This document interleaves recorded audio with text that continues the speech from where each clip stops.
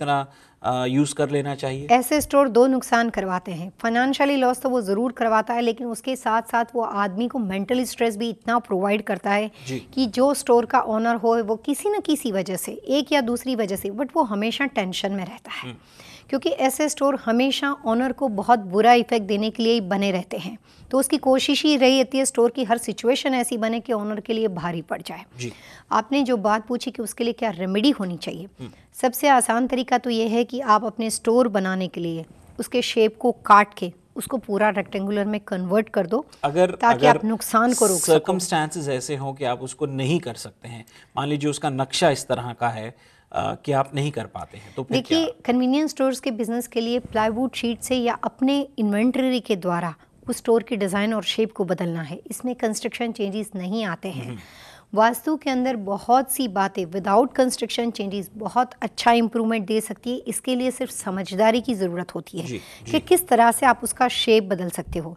मैंने पहले कई बार बताया कि वास्तु बेसिकली आर्किटेक्ट का सब्जेक्ट है, कंस्ट्रक्शन का सब्जेक्ट है। हमेशा बांधकाम के अलावा शेप के थ्रू आप इंटीरियर थ्रू भी अपना शेप बदल सकते हो। आप इन्वेंटरी की सेल्फ वगैरह, उसकी आल वगैरह को सजा के भी आप अपना शेप बदल सकते हो। कंस्ट्रक्शन की ज़रूरत ही नहीं है। जी पल्लवी जी, चलिए एक और ब्रेक लेने का वक्त हो चला है, लेकिन हमें मालूम है कि बहुत से दर्शक इंतज़ार कर रहे हैं टिप ऑफ द वीक जानने का। फ़ौरन वापस आएंगे और इससे पहले कि हम पल्लवी जी से अगला प्रश्न पूछे, पहले टिप ऑफ द वीक पूछेंगे उनसे। आप बने रहिए हमारे साथ और आनंद लीजिए वास्तु लिविंग का।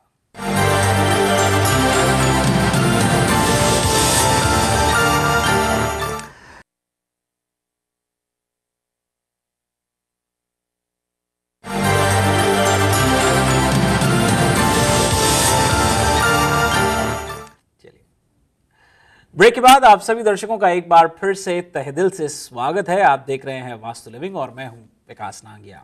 हमारे साथ हैं हर बार की तरह हमारी वास्तु और फंक्शु एक्सपर्ट पल्लवी चिल्लावड़ा। पल्लवी, आपका एक बार फिर से बहुत बहुत स्वागत। कन्वीनियंस स्टोर पर हम बातचीत कर रहे हैं और मैंने कहा था कि इससे पहले कि हम अगला मैं आपसे प्रश्न पूछूं, टिप ऑफ द वीक क्या है? कन्वीनियंस स्टोर्स के बिजनेस के लिए जो कैश रजिस्टर रखा जाता है उसमें वास्तु पॉइंट ऑफ व्यू से कोई भी मेटल एनर्जी जनरेट करने से आदमी को फ़ायदा होता है। इसके फ़ायदे के लिए वास्तु में हमेशा एक गुड लक कॉइन्स करके प्रोडक्ट आती है। बेसिकली उसके अंदर गुड लक कॉइन्स के अंदर एक पैटर्न्स बनी हुई है, एक लोगो बना होता है, जिसको जैसे हम नई ज़मीन की शुरुआत के लिए रिलीजियस रिलेटेड अक्षत बनाते हैं, ऐसी तरह से उसमें एक गुड लक का सिंबल्स होता है जो आदमी को प्रॉस्पेरिटी को बढ़ावा देता है। और एक ख़ास तरह का मटेरियल होता है, वो मेटल को अप्लाई करने से उसकी वेल्थ में बढ़ोतरी होती है। तो सबसे आसान तरीका ये है कि किसी भी वजह से, कोई भी रुकावट की वजह से, छोटी मोटी समस्याओं के लिए आप कई बार मेटल एनर्जी को जनरेट करने के लिए आप सिल्वर के कॉइन्स या इस तरह के गुड लक कॉइन्स को कैश रजिस्टर में ज़रूर रखो। और कैश रजिस्टर के अंदर अगर आपने मिरर लगाया है कैश को बढ़ाने के लिए, तो वो बहुत ही गलत चीज़ है। ऐसी चीज़ें नहीं करनी चाहिए। दर्शकों, ये था आपका टिप ऑफ द वीक। और पल्लवी, मेरा जो आपसे अगला प्रश्न है, हमने जहाँ कन्वीनियंस स्टोर्स में हमने ग्रोसरी आइटम्स या फास्ट मूविंग आइटम्स जिसको हम कहते हैं, कैंडीज़ है, स्नैक्स है, मैगजीन्स, न्यूज़पेपर, इन सब के बारे में हमने बातचीत करी। वहीं कन्वीनियंस स्टोर्स के अंदर एक जो बहुत इम्पॉर्टेंट सेलिंग कमोडिटी होती है, प्रोडक्ट होता है, वो होती है कॉफ़ी। वहाँ पे एक लोगों का कॉफ़ी काउंटर जो है बड़ा सेलिंग पॉइंट रहता है। और साथ ही साथ कुछ कन्वीनियंस स्टोर्स के अंदर जो है एक फूड काउंटर का भी प्रोविज़न होता है, जहाँ पे वो या तो सैंडविचेस बेचते हैं या ब्रेकफास्ट सैंडविचेस होते हैं, कुछ डेली होती है जिसके अंदर इस तरह की सुविधा उपलब्ध होती है। इनके लिए क्या वास्तु क्या कहता है? जैसे अगर आपके साथ डेली बनी हुई है कन्वीनियंस स्टोर्स में, तो सबसे पहले आपका रजिस्टर यानी कैश काउंटर बना हुआ और उसके बाद डेली की पोजीशन आती है। डेली वाले कन्वीनियंस स्टोर्स के प्लस माइनस में बहुत अच्छा फ़ायदा या बहुत गहरा नुकसान आसानी से देखने को मिलेगा, क्योंकि डेली में बहुत ज़्यादा हीट होती है। वहाँ पे चीज़ें कुछ न कुछ तरह के लोग बनाते हैं। अगर वो कैश काउंटर के साथ कनेक्टेड है, अगर इस दिशा का काउंटर आपका वेस्ट में पड़ता हो, नॉर्थ में पड़ता हो, आपकी डेली वेस्ट में पड़ती हो या नॉर्थ में पड़ती हो, तो बिज़नेस को रुक जाने की या बिज़नेस में कई बार प्रॉब्लम्स 100% दिखाई देते हैं। मुझे याद है कि कुछ अंक पहले जब हम होटल्स के बारे में बातचीत कर रहे थे, तो एक पहलू जिसके ऊपर जब हम रेस्टोरेंट्स के ऊपर आए थे और हमने किचन के बारे में बातचीत करी थी, तो आपने एग्जॉस्ट पर भी एक तवज्जो दिया था, जोर दिया था। वहीं पे जब आप अगर आज हम कन्वीनियंस स्टोर की बात करें और जहां दिल्ली की बात आती है, तो जाहिर है कि वहां पे भी exhaust, practical point of view से समझे तो एग्जॉस्ट होना बहुत बहुत मायने रखता है, लेकिन वास्तु के नज़रिए से क्या कुछ है? कई बार डेली जो होती है उसमें बनी बनाई चीज़ें होती है, या उन्होंने सैंडविच वगैरह बनानी होती है, जैसे मीट वगैरह कोई चीज़ होती है, तो उसमें कई बार एग्जॉस्ट फैन के बजाय उसकी अपनी लोकेशन, क्योंकि उसके साथ उसका जो ओवन वगैरह होता है वहीं पे बना हुआ आता है आगे वाली दिशा में, और वो कई बार लोग काउंटर के साथ रिलेटेड बनाते हैं। तो इसके साथ वो जिस दिशा में ये खाना, मतलब डेली की वजह से जहाँ पे हीट जनरेट होती है, वो कन्वीनियंस स्टोर्स की स्मॉल स्पेस की वजह से तुरंत इफेक्ट करती है। रेस्टोरेंट में क्या होता है कि स्पेस उसका बढ़ जाता है, किचन पोजीशन पीछे चली जाती है, ओपन स्पेस में नहीं होती है, डेली आपकी ओपन स्पेस में होती है।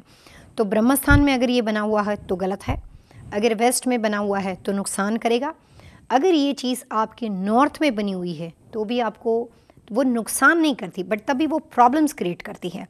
उस जगह के अंदर हमेशा समस्याएं रहती है, एक या दूसरी वजह से वो आदमी उलझनों में गिर जाता है। वो सिर्फ फाइनेंशियली लॉस नहीं करवाती, जबकि वेस्ट में तो वो फाइनेंशियली लॉस करवाती है। तो डेली का अपना राइट डायरेक्शन में होना बहुत अच्छा या बुरा तुरंत समझ में आ जाएगा। इसके लिए आइडियल लोकेशन होती है साउथ और ईस्ट, अगर उसमें बनी है तो बहुत अच्छा है। अगर वो साउथ ईस्ट करके सब कार्डिनल डायरेक्शन है वहाँ पे भी बनी है, तब तक भी वो डेली नुकसान नहीं करेगी। जी पल्लवी, इससे पहले कि कन्वीनियंस स्टोर विषय को हम यहीं संपन्न करें, एक प्रश्न और जो आ रहा है, मुझे लगता नहीं कि डॉलर स्टोर का बिजनेस अपने आप में एक इस तरह का विषय है जिसको हम वास्तु में अलग से लेकर के आए, लेकिन क्या कुछ इस तरह की सुझाव डॉलर स्टोर बिजनेस के लिए भी हैं क्या? डॉलर स्टोर जनरल बिजनेस है जिसमें सब तरह की चीज़ें रहती है, उसकी सजावट कन्वीनियंस स्टोर से बहुत ही डिफरेंट होती है। दोनों तो एक तरह के अलग सब्जेक्ट विषय है हैं, जिसको लेकर के हम आगामी लेकिन मैं अंकों में कन्वीनियंस स्टोर्स में एक सबसे इंपॉर्टेंट बात ज़रूर बताना चाहूँगी जो मैंने हमेशा देखा है।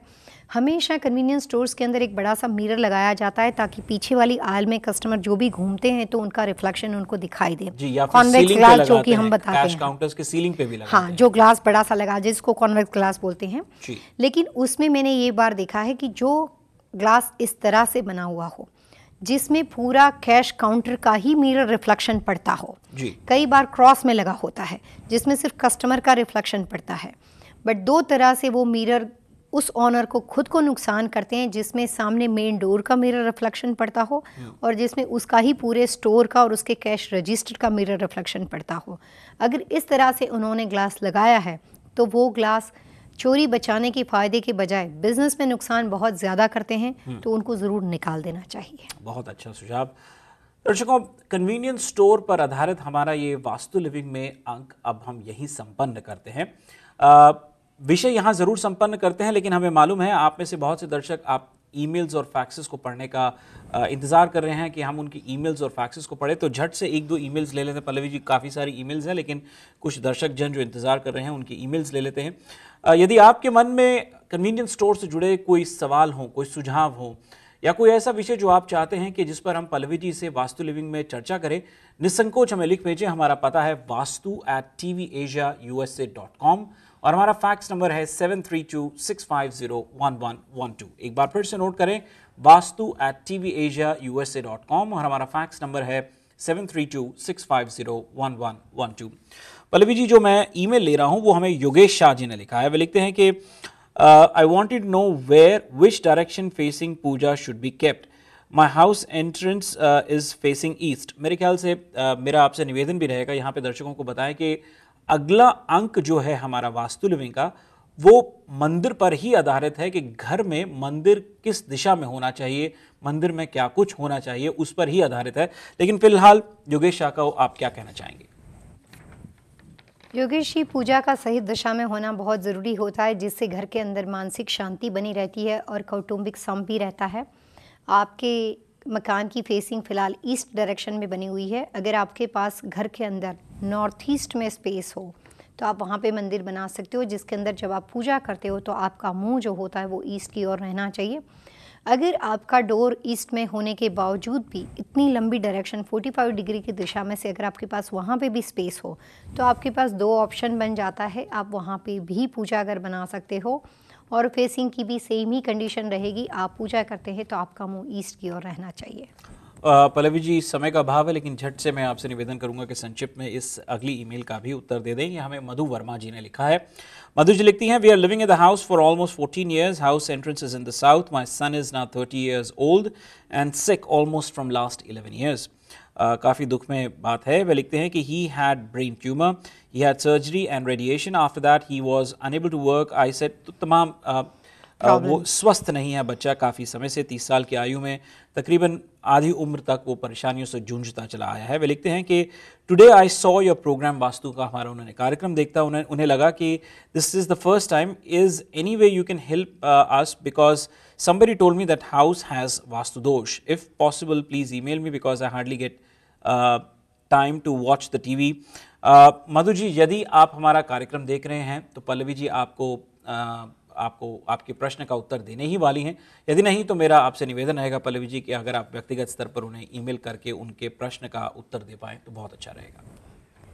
मधु जी, आपके बेटी की बीमारी के बारे में किसी ने आपको वास्तु दोष के बारे में बताया है। अगर जनरल वास्तु के बारे में बात करी जाए तो साउथ फेसिंग बीमारियों के लिए जिम्मेदार दिशा ज़रूर मानी जाती है। इंडियन मैथोलॉजी के हिसाब से साउथ को यम की नगरी बोलते हैं। यम की प्रकोप का मतलब होता है एक बाहरी प्रकोप जो कि आदमी को बहुत परेशान करता है। साइंस के हिसाब से देखने जाओ तो वहाँ पे जियोपैथिक एनर्जी रहती है जो कि इतनी हैवी एनर्जी है कि मकान में दाखिल हो जाने के बाद कई तरह की सुस्ती, लेजीपन, यिन एनर्जी, ऐसी चीज़ों को बढ़ावा करता है और इसके साथ साथ बीमारी अपने आप आ ही जाती है। तो आप जिस वजह से भी हो, बट साउथ इस बात के लिए जिम्मेदार जरूर हो सकता है। बट ये बात 100% तब तक बात नहीं मानी जाती जब तक आप अपने बेटे की नाम के साथ डेट ऑफ बर्थ भेजें। उससे मुझे ये पता चलेगा कि ये साउथ डायरेक्शन इसको कितने % नुकसान कर सकती है। बट जनरल वास्तु के हिसाब से ये बात बिल्कुल ठीक है। दर्शकों, इसी प्रश्न से संबंधित सुझाव यही है कि prevention is the best remedy, ये अक्सर कहा जाता है। और यदि हम इस तरह के छोटे छोटे प्रिवेंशंस ले सकते हैं तो हो सकता है कि जीवन निरंतर रूप से खुशहाल बना रहे। इस अंक को अब यहीं संपन्न करते हैं और अगले अंक में हम पल्लवी जी से मंदिर पर बातचीत करेंगे कि घर में मंदिर की कहाँ स्थापना करनी चाहिए, किस दिशा में क्या कुछ होना चाहिए। तब तक के लिए हमें इजाज़त दीजिए। पल्लवी जी, आइए मिलकर दर्शकों से इजाज़त लेते हैं। नमस्कार।